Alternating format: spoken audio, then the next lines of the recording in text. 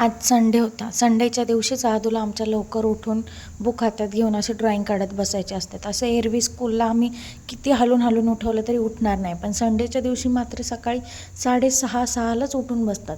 एवढी तर मुलं आगाऊ असतात.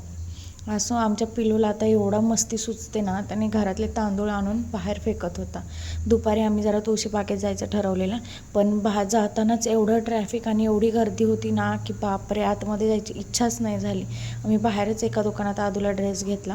चिकूची अशी मस्ती चाललेली तोपर्यंत, आणि तसंच माघारी आलो. आतमध्ये शिरलोच नाही आम्ही मार्केटमध्ये, एवढी प्रचंड गर्दी होती ना, आणि चिकूला घेऊन जायचं नॉट पॉसिबल. खूप म्हणजे खूप जास्त. आल्यानंतर पिलूला व्हिडिओ कॉल केला. बहीण नवीन घरी शिफ्ट झाली, ती घर दाखवत होती. तिचा व्हिडिओ कॉल वगैरे झाला, थोडी मस्ती केली, चक्कर मारून आली मी बाहेर. आणि आज जेवणासाठी फक्त डाळ भात बनवलेला. आणि आमचं पिल्लू बघा आता कसं बोलतंय.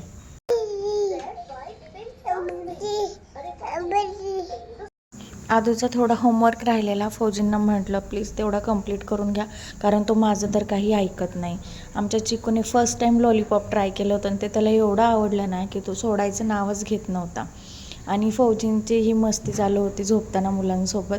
आणि प्रत्येक फौजी वाईफला आहे ना की हा क्षण क्वचितच अनुभवायला भेटतो, की खूप कमी क्षण असतात आमच्या आयुष्यात की आमचा नवरा आमच्या मुलांसोबत असा मस्ती करत खेळत असतो. त्यामुळे जोपर्यंत सोबत आहे तोपर्यंत मला एक क्षण खूप छान जगून घ्यायच्यात, की आयुष्यभरासाठी माझ्यासोबत आठवणी राहतील, की फौजींसोबत मी असे पण टाईम घालवलेत. असं एवढंच होतं.